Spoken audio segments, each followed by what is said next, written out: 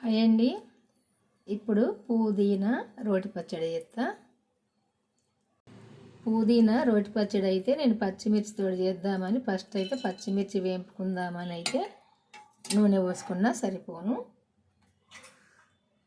First అయితే పచ్చిమిర్చి వేపుకుందాము. నేను ఒక చిన్న కప్పు చేస్తున్నా కదా, ఒక 6 పచ్చిమిర్చి తీసుకున్నా. ఈ పచ్చిమిర్చిని అయితే దోరగా వేపుకోవాలి. ఈ పచ్చిమిర్చిని అయితే ఇట్లా దోరగా వేపుకోవాలి. మంచిగా పచ్చి రాకుండా వేపుకోవాలి. ఈ పచ్చిమిర్చిని ఈ కలర్కి వచ్చేదాకా వేపుకోవాలి. వేపుకొని ఇప్పుడు ఈ పక్కకు తీసుకోవాలి. ఇట్లా దోరగా మంచి కలర్కి వచ్చేదాకా వేపుకోవాలి. ఇదే నూనెలో పుదీనా వేసుకొని వేపుకోవాలి.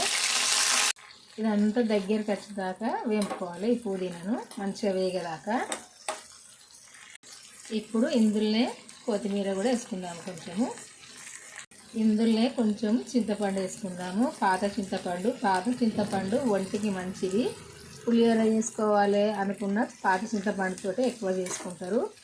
అందుకే ఈ పాత చింతపండు అయితే వేసిన. ఇది కూడా కొద్దిసేపు ఈ పుదీనాతో పాటుగా మంచిగా ఫ్రై అవుతుంది.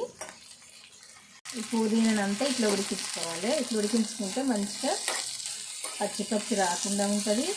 ఈ చింతపండు నూనెలో వేంపితే ఇది పచ్చడి చాలా రోజులు ఉన్నా ఖరాబు కాదు. అంటే ఇది నేను కొద్దిగానే చేస్తున్నా కాబట్టి 1 రోజు 2 రోజులకే, కానీ ఎక్కువ చేసుకునే వాళ్ళని చెప్తున్నా. చింతపండు పచ్చి చేస్తే పచ్చడి తొందరగా ఖరాబ్ అయ్యింది. ఇట్లా వేపుకుంటే తొందరగా ఖరాబు కాదు. ఇప్పుడైతే ఇది వేగింది, పక్కకు తీసుకుందాము. ఇంకా కొద్దిసేపు అయితే అయిపోద్ది వేగినట్టు. పుదీనా మంచిగా ఇట్లా వేగాలి. వేగకుంటే పుదీనా పచ్చడి స్మెల్ వస్తుంది, పుదీనా వాసన. అందుకే ఇట్లా మంచిగా వేగినాక ఇప్పుడు స్టవ్ ఆఫ్ చేసుకుందాము. ఫస్ట్ ఈ పచ్చిమిర్చి వేసుకొని దంచుకుందాము. సాల్ట్, ఇప్పుడు జీలకర్ర వేసుకుందాము.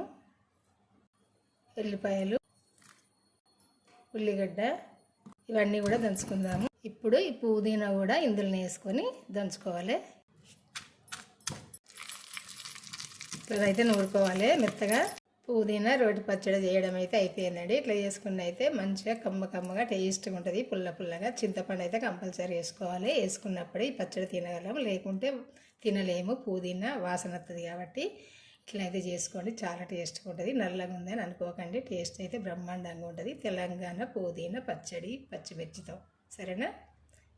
నా వీడియో నచ్చితే ఒక్క లైక్ అయితే చేసి మన ఛానల్ అయితే సబ్స్క్రైబ్ చేసుకోండి. ఉంటానండి. బాయ్.